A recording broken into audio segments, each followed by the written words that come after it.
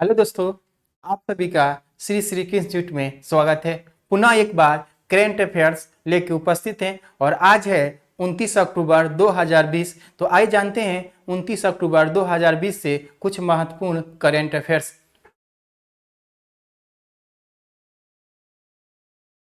देखिए, पहला प्रश्न है, किस देश ने 2050 तक शून्य कार्बन उत्सर्जन प्राप्त करने की घोषणा किया है। तो शून्य कार्बन उत्सर्जन का अर्थ है कि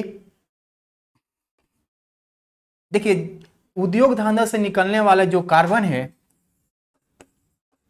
उद्योग धंधा से निकलने वाला जो कार्बन है यानी CO2 है, तो जितना निकलेगा उतना वो अवशोषित कर लेगा। तो उसी को कहते हैं शून्य कार्बन उत्सर्जन। क्या कहते हैं? शून्य कार्बन उत्सर्जन। तो शून्य कार्बन उत्सर्जन प्राप्त करने की घोषणा किया है जापान। कौन किया है? जापान ने किया है। और जापान की राजधानी है टोक्यो। जापान की राजधानी क्या है? टोक्यो। अभी हाल ही में यहाँ के प्रधानमंत्री बने हैं योशिहिडे सुगा। योशिहिडे सुगा जो है यहाँ के प्रधानमंत्री बने हैं शिंजो आबे के स्थान पर। ठीक है। और टोक्यो में जो होने वाला था 2020 में ओलंपिक खेल, वो ओलंपिक खेल अब 2021 में होगा। यानी 2021 में टोक्यो ओलंपिक का आयोजन होगा जुलाई मंथ में। यानी कोविड-19 के कारण इसे क्या कर दिया गया? स्थगित कर दिया गया। जबकि पूरे विश्व में कार्बन उत्सर्जन में पहले स्थान पर चीन है। पहले स्थान पर क्या है? चीन है। पूरे विश्व का लगभग 27% अकेले कार्बन उत्सर्जित करता है चीन। जबकि दूसरे स्थान पर है अमेरिका और तीसरे स्थान पर है यूरोपियन संघ। यूरोपियन संघ जो है वो 27 देशों का एक यूनियन है, यानी 27 देशों का एक संघ है। और इसमें पहले 28 देश था। अभी हाल ही में इंग्लैंड बाहर हो गया, इसलिए यूरोपियन संघ में सदस्य देशों की संख्या हो गई 27। इसका हेडक्वार्टर ब्रुसेल्स बेल्जियम है। तो कार्बन उत्सर्जन में तीसरे स्थान पर यूरोपियन संघ है, पहले पर चीन और दूसरे पर अमेरिका। जबकि भारत जो है वो चौथे स्थान पर है। यानी कार्बन उत्सर्जन में भारत क्या है? चौथे स्थान पर है। जबकि सल्फर डाइऑक्साइड उत्सर्जित करने में भारत पहले स्थान पर है। तो आइए देखते हैं अगला प्रश्न।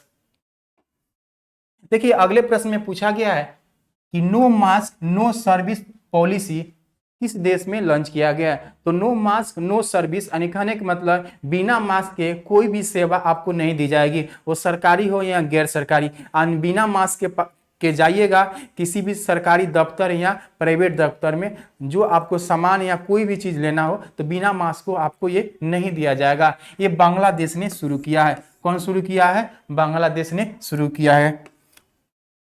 तो ये मैप में देखिए, ये है बांग्लादेश जो भारत से सटा हुआ है और भारत से सर्वाधिक इसका लंबाई है। जो सीमावर्ती इलाका है बांग्लादेश का, ये सबसे ज्यादा लंबा तटवर्ती क्षेत्र किससे जुड़ा हुआ है? भारत से जुटा है बांग्लादेश।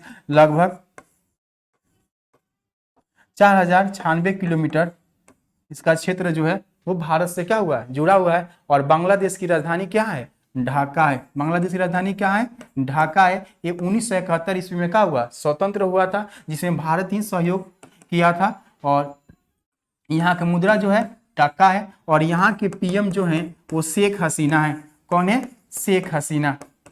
यहाँ के PM कौन है? शेख हसीना है। और शेख हसीना ने भारत के प्रधानमंत्री को निमंत्रण भेजा है 2021 में ये अपनी 50वीं वर्षगांठ मनाएगा। स्वतंत्रता दिवस की 50वीं वर्षगांठ 2021 में मनाएगा, जिसमें भारत के प्रधानमंत्री श्री नरेंद्र मोदी को निमंत्रण भेजी है। कौन? शेख हसीना, जो वहां के प्रधानमंत्री हैं। और हाल ही में संप्रीत नौसेना अभ्यास आपको भारत और बांग्लादेश में हुआ है।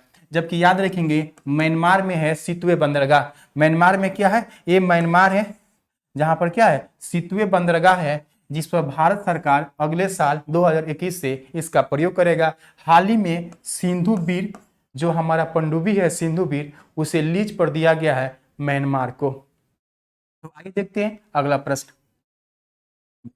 देखिए, अगला प्रश्न है कि किस देश के साथ भू स्थानिक यानी ज्योग्राफिकल एरिया को सहयोग के लिए आपको बुनियादी विनिमय और सहयोग समझौता बेका किया गया है। तो यह समझौता किया गया है अमेरिका के साथ। यह समझौता हो जाने से भारत जो है अब अमेरिका की सैटेलाइट के द्वारा जो भी इमेज या फोटो या अन्य कोई भी चीज वो जानकारी प्राप्त करता है तो उसका साझा भारत के साथ भी कर सकता है। भारत को समझौता होने जाने से अपने सीमावर्ती इलाकों को निगरानी करने में आसानी होगी, क्योंकि उसके सैटेलाइट का प्रयोग भारत भी कर सकता है। यहाँ नहीं, अमेरिका के जो नौसेना या वहाँ के जो सेना है उसके द्वारा जो उसका अपना स्पेशल नक्शा है, उस नक्शे से पूरे दुनिया को निगरानी करता है, वो भी भारत सरकार के साथ साझा कर सकता है, भारतीय सेना के साथ, जिसके कारण भारत सरकार किसी भी मिसाइल का प्रयोग सटीक निशाने तक कर सकता है, जैसे क्रूज मिसाइल हो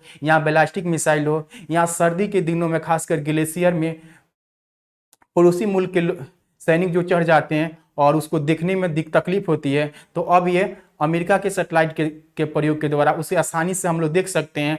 और भारत और अमेरिका के बीच ये रक्षा के क्षेत्र में एक समझौता है बेका, जिसका अर्थ होता है बेसिक एक्सचेंज कोऑपरेशन एग्रीमेंट। इसका अर्थ क्या होगा? Basic exchange cooperation agreement. क्या होगा? एग्रीमेंट। इसी को हिंदी में कहते हैं बुनियादी विनिमय और सहयोग समझौता। अभी हाल ही में हुआ है 27 अक्टूबर को जो मीटिंग हुआ था, आपको 2+2, देखिए 2+2 जो अभी वार्ता हुआ, 2+2 वार्ता जो हो रहा है ये भारत और अमेरिका के बीच हो रहा है।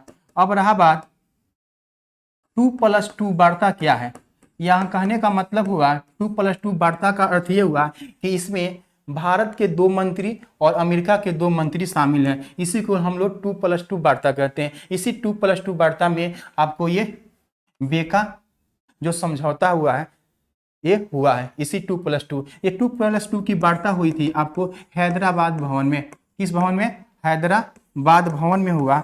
हैदराबाद भवन जो है ये नई दिल्ली में है।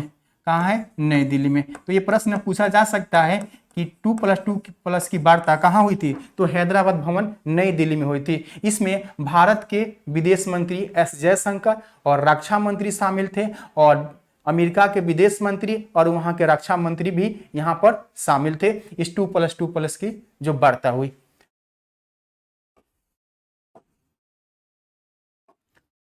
ये आपकी वार्ता में आपके हमारे रक्षा मंत्री थे राजनाथ सिंह। कौन है? राजनाथ सिंह, यानी राजनाथ सिंह है, और एस जयशंकर है। क्या है? एस जयशंकर है। क्या है? एस जयशंकर है हमारे विदेश मंत्री। जबकि माइक पोम्पियो जो है वो अमेरिका के विदेश मंत्री हैं, और मार्क एस्पर जो हैं ये आपको रक्षा मंत्री हैं अमेरिका के, और माइक पोम्पियो जो है वहाँ के विदेश मंत्री हैं, और राजनाथ सिंह भारत के रक्षा मंत्री हैं, और एस जयशंकर हमारे विदेश मंत्री हो। तो इस मीटिंग में भारत के NSA national security adviser Ajit Doval भी उपस्थित थे, और यहाँ पर ये हस्ताक्षर हुआ, इस समझौता हुआ बेका, और इससे आपको भूस्थैनिक सहयोग स्थापित होगा दोनों देशों के बीच, यानी सैटेलाइट या अन्य रक्षा के क्षेत्र में एक दूसरे की आदान प्रदान किया जाएगा। किस देश के साथ हुआ? तो अमेरिका के साथ। तो आइए देखते हैं अगला प्रश्न। देखिए अगला प्रश्न है कि किस राज्य के उच्च न्यायालय ने YouTube चैनल पर न्यायिक कार्यवाही लाइव शुरू किया? यानी कहने का मतलब जो न्यायिक कार्यवाही होती है आपको न्यायालय में, उसको लाइव दिखाया गया YouTube चैनल के माध्यम से। इसके माध्यम से तो YouTube चैनल के माध्यम से कार्रवाई शुरू किया गया। तो आपको गुजरात हाई कोर्ट जो है, जो अहमदाबाद में है, कहाँ है? अहमदाबाद में जो गुजरात हाई कोर्ट है, और यहाँ के न्यायमूर्ति जो हैं विक्रमनाथ, क्या नाम है? विक्रमनाथ, उन्होंने YouTube चैनल पर ये लाइव करने के लिए शुरू किया, लाइव करने के लिए शुरुआत की है कौन? विक्रमनाथ। ठीक है, तो आगे याद रखेंगे गुजरात में अभी हाल ही में हमारे गुजरात के विजय रूपानी CM है, और यहाँ के गवर्नर है आचार्य देवव्रत। कौन है? आचार्य देवव्रत। और भारत का पहला मसाला पार्क, भारत का पहला रक्षा विश्वविद्यालय, आपको जिंक सिमुलेटर एंड जिंक उत्पादन उत्पादन परियोजना लॉन्च किया गया है। कहाँ पर? यहीं पर महिला उत्कर्ष योजना यहाँ पर शुरू किया गया है। और सी प्लेन यानी समुद्री विमान सेवा अभी कवडिया जहाँ स्टैच्यू ऑफ यूनिटी है वहीं से शुरू करने वाले हैं हमारे प्रधानमंत्री श्री नरेंद्र मोदी 31 अक्टूबर 2020 को, क्योंकि 31 अक्टूबर को हमारे सरदार वल्लभ भाई पटेल की जयंती है। उसी दिन सी प्लेन शुरू होगी। ये भारत में पहली बार हो रहा है। तो आइए देखते हैं अगला प्रश्न। देखिए अगला प्रश्न है कि भारत को 35 साल बाद अंतर्राष्ट्रीय श्रम संगठन गवर्निंग काउंसिल की अध्यक्षता मिली। इसके नए अध्यक्ष का नाम बताएं। तो अंतर्राष्ट्रीय श्रम संगठन जो है इंटरनेशनल लेबर ऑर्गेनाइजेशन, इसकी अध्यक्षता मिली है 6 महीने के लिए। ये मिली है भारत को और इसके अध्यक्ष बनी है अपूर्णा चंद्रा। कौन बनी है? अपूर्णा चंद्रा बनी है। और इसकी नवंबर में मीटिंग होंगे जिसकी अध्यक्षता कौन करेंगी? अपूर्णा चंद्रा करेंगी। जबकि क्रिस्टलिना जॉर्जिया जो है वो इंटरनेशनल मॉनेटरी फंड के क्या है? महानिदेशक हैं। आपको क्रिस्टेलिया जॉर्जिया IMF के क्या है? महानिदेशक हैं। जबकि अशोक लवासा ADB, क्या नाम है? ADB यानी एशियाई डेवलपमेंट बैंक के उपाध्यक्ष हैं अशोक लवासा। जबकि राजीव कुमार नीति आयोग के उपाध्यक्ष हैं। और एक नाम और है राजीव कुमार, जो तीसरे निर्वाचन आयुक्त बने हैं राजीव कुमार। तो हमारे मुख्य निर्वाचन आयुक्त सुनील अरोड़ा हैं और सुशील चंद्रा हैं। और तीसरा जो निर्वाचन है आयुक्त हैं उनका नाम है राजीव कुमार। तो आइए देखते हैं अगला प्रश्न। देखिए अगला प्रश्न है कि भारत अंतर्राष्ट्रीय विज्ञान महोत्सव 2020 का आयोजन 22 से 25 दिसंबर को होगा। यहाँ पर लिख लेंगे 22 दिसंबर से 25 दिसंबर 2020 का इसका आयोजन होगा। यह कौन सा संस्करण है? तो ये 6ठा संस्करण है जो 2020 में होगा। इससे पहले 2019 में आपको 5वां हुआ था। तो 5वां जो हुआ था वो आपको कलकत्ता में हुआ था। कहाँ हुआ था? कलकत्ता में हुआ था। और चौथा हुआ था 2018 में लखनऊ में। कहाँ हुआ था? लखनऊ में। देखिए जो ये इंडियन नेशनल साइंस फेस्टिवल है इसका आयोजन करने का मकसद है कि दुनिया, भारत और विदेश के विज्ञान से संबंधित जितने भी स्टूडेंट हैं वो इस महोत्सव में भाग लेते हैं। तो पहले ये आपको अलग अलग जगहों पर आयोजन हो रहा था, लेकिन इस 2020 में ये कोविड-19 के कारण आपको वर्चुअल होगा और ये वीडियो कॉन्फ्रेंसिंग के द्वारा होगा। ये देश और विदेश के जो भी साइंस से संबंधित स्टूडेंट हैं इस फेस्टिवल में जुड़ेंगे। इसकी घोषणा विज्ञान और प्रौद्योगिकी मंत्री हमारे डॉक्टर हर्षवर्धन ने किया है। कौन घोषणा किया है? तो डॉक्टर हर्षवर्धन ने ये घोषणा किया है कि 22 दिसंबर से 25 दिसंबर तक ये चलेगा। जो विज्ञान एवं प्रौद्योगिकी मंत्री है, साथ ही स्वास्थ्य एवं परिवार कल्याण मंत्री भी कौन है? डॉक्टर हर्षवर्धन। तो आइए देखते हैं अगला प्रश्न। देखिए अगला प्रश्न में पूछा जा रहा है कि रिचर्ड डॉकिंस अवार्ड 2020 किसे सम्मानित किया गया? तो रिचर्ड डॉकिंस जो हैं वो ऑक्सफोर्ड विश्वविद्यालय के एक प्रोफेसर हैं। ऑक्सफोर्ड विश्वविद्यालय क्या है? एक प्रोफेसर हैं जो नास्तिक थे। क्या थे? नास्तिक थे, यानी वो किसी भी ईश्वर को नहीं मानते थे। और उन्हीं के नाम पर ये रिचर्ड डॉकिंस अवार्ड शुरू किया गया है। और यह अवार्ड उस व्यक्ति को दिया जाता है जो धर्मनिरपेक्ष बात करता है और धर्मनिरपेक्ष को बढ़ावा देता है, यानी वो किसी विशेष धर्म के प्रति उसकी लगाव नहीं रहती है, वो सारे धर्मों को सम्मान करता है। तो इस बार 2020 में अवार्ड दिया गया है जावेद अख्तर को। किसे दिया गया है? जावेद अख्तर को दिया गया। वो भारतीय फिल्म निर्देशक हैं, निर्माता के रूप में भी काम कर चुके हैं और आपको अभिनेता के रूप में भी काम कर चुके हैं। तो इन्हीं को ये अवार्ड दिया गया है 2020 में। तो आइए देखते हैं अगला प्रश्न। देखिए अगला प्रश्न है कि इंडियन प्रीमियर लीग जो होता है भारत में, उसी के तर्ज पर प्लास्टिक प्रीमियर लीग की शुरुआत किया गया। तो ये प्लास्टिक प्रीमियर लीग की शुरुआत जो किया गया है इंदौर शहर से शुरू किया जाएगा। कहाँ से? इंदौर शहर से शुरू किया जाएगा। ये लगभग 45 दिनों तक ये चलेगा। तो इसमें क्या है, जैसे IPL में देखते हैं इंडियन प्रीमियर लीग की शुरुआत होती है 2008 में और अभी इसका 2020 में 13वां संस्करण हो रहा है UAE में। कहाँ हो रहा है? UAE में, यानी संयुक्त अरब अमीरात में चल रहा है, जिसमें 8 टीम है, अलग अलग 11 प्लेयर खेलते हैं। लेकिन इसमें क्या है कि ये जो प्लास्टिक प्रीमियर लीग है इसमें कोई खेला नहीं है, ये है जो इसमें भी 4 टीमें, कितने टीमें हैं इसमें 4 टीमें, यानी प्लास्टिक प्रीमियर लीग में कितनी टीमें 4 टीमें। यह 4 टीम जो है ये अलग अलग क्षेत्रों में जाएगी इंदौर शहर के, ये वहाँ के नगर निगम के द्वारा कराया जा रहा है, ये अलग अलग शहरों में जाएगी और इसमें 4 टीमें, और जो टीम 1 टन कचरा इकट्ठा करेगी तो वो उसको 10 रुपया दिया जाएगा, और जो ज़्यादा कचरा ऊपर इकट्ठा करके और ज़्यादा पैसा लेगी वो पहले नंबर पर घोषित किया जाएगा, उसी को फिर पुरस्कार से क्या किया जाएगा, सम्मानित किया जाएगा। इसमें आपको प्लास्टिक प्रीमियर लीग में 4 टीम है। नमन ओझा क्रिकेटर का नाम सुने होंगे, वो भी एक टीम का इसमें कैप्टन है। और इंदौर शहर जो है वो भारत का सबसे स्वच्छ शहर है, यानी भारत का सबसे स्वच्छ शहर के रूप में इंदौर को यथी किया गया है इस साल। तो सबसे स्वच्छ शहर कौन है, इंदौर है। और ये कहाँ का है, तो मध्य प्रदेश का एक शहर है इंदौर। तो आइए देखते हैं अगला प्रश्न।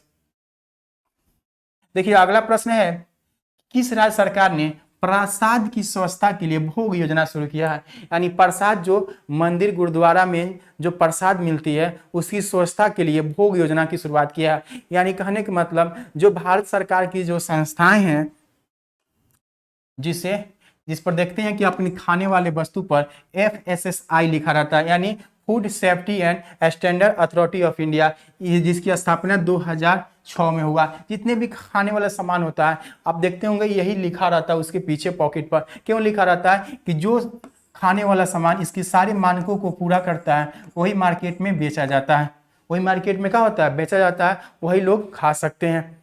तो इसी के लिए स्वच्छता के लिए अब FSSAI जो है, जो मंदिर होगा वहाँ पर हलवाई होंगे या जो भी लोग होगा उसको ट्रेनिंग दिया जाएगा और स्वच्छता की पूरी ख्याल रखी जाएगी, मंदिर हो गुरुद्वारा हो। तो उसी के लिए ये भोग योजना शुरू किया गया है यूपी में। कहाँ शुरू किया गया है, उत्तर प्रदेश। और उत्तर प्रदेश के हमारे CM है योगी आदित्यनाथ और यहाँ के गवर्नर है आनंदीबेन। अभी हाल ही में आपको सिटी सेफ्टी प्रोजेक्ट शुरू किया गया था अभी हाल ही में उत्तर प्रदेश में, और महिला शक्ति मिशन की शुरुआत किया गया था महिला सुरक्षा को लेकर। यहाँ पर आपको उत्तर प्रदेश सरकार के द्वारा, उत्तर प्रदेश मनरेगा के तहत सर्वाधिक रोजगार देने वाला देश का पहला राज्य है। और स्वच्छ भारत मिशन में सामुदायिक शौचालय ज़्यादा बनाने के कारण इसे भी देश में पहले स्थान पर रखा गया है स्वच्छ मिशन के तहत आपको उत्तर प्रदेश को। जबकि स्वच्छ पुरस्कार 2020 को दिया गया है गुजरात को, और शौचालय के लिए यानी गरीब कल्याण के तहत सर्वाधिक शौचालय बनाया है उत्तर प्रदेश, इसमें ये पहले स्थान पर, दूसरे स्थान पर गुजरात है। याद रखेंगे 1 करोड़ से अधिक कोविड-19 की जांच कराने वाला देश का ये पहला राज्य है, कौन, उत्तर प्रदेश। तो आइए देखते हैं अगला प्रश्न। देखिए अगला प्रश्न है कि हाल ही में ब्लू मून चर्चा का विषय रहा। ब्लू मून क्या है, तो ब्लू मून कहने का मतलब होता है कि आप जानते हैं एक महीना में आपको अमावस और पूर्णिमा ही आता है। क्या आता है, पूर्णिमा आता है, जिसमें आप नाम सुने होंगे कृष्ण पक्ष और शुक्ल पक्ष। क्या होता है, कृष्ण पक्ष और शुक्ल पक्ष, यही 2 पक्ष होता है महीने में, एक अमावस होता है एक पूर्णिमा होता है। तो अगर, क्योंकि आप जानते हैं एक चंद्रमा जो होता है वो पूरे अपने अक्ष पर घूमना या पूरे सूर्य का चक्कर लगाता है 29 दिन 12 घंटा यानी 29.5 दिन में क्या लगाता है, एक चक्कर लगा लेता है, पूरे घूमता है। तो कहा जाता है पूर्णिमा के दिन ही क्या लगता है, चंद्र ग्रहण लगता है। पूर्णिमा के दिन क्या लगता है, चंद्र ग्रहण लगता है। लेकिन ऐसा जरूरी नहीं है कि प्रत्येक पूर्णिमा को चंद्र ग्रहण लगेगा ही। क्यों नहीं लगेगा, इसके लिए हम सेपरेट वीडियो बनाए हैं, आप जाके ज्योग्राफी इकोनॉमिक्स के प्ले लिस्ट में जाकर देखेंगे, आपका पूरा एक्सप्लेन इस पर किया हुआ है। तो रहा बात पूर्णिमा जो है, अगर किसी महीने में 2 पूर्णिमा आ जाए, अगर किसी महीने में क्या आ जाए, 2 पूर्णिमा आ जाए, तो दूसरे पूर्णिमा को हम लोग कहते हैं ब्लू मून। क्या कहते हैं, दूसरे पूर्णिमा को क्या कहते हैं हम लोग, ब्लू मून कहते हैं, यानी दूसरे पूर्णिमा को। जैसे कि इस महीने में 1 अक्टूबर को आपको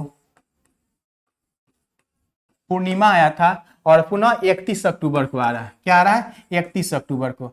यानी जनरली ये आता है 31 दिन का जो महीना होता है उसी में, यानी एक ही महीना में, जैसे देखिए 1 अक्टूबर को शुरू हुआ, फिर जाके पूर्णिमा समाप्त हुआ, अमावस्या आया, फिर पूर्णिमा आ गया 31 अक्टूबर को, तो एक ही मंथ में 2 पूर्णिमा आ गया। तो दूसरी पूर्णिमा को हम लोग क्या कहते हैं, बुल्लू मून कहते हैं।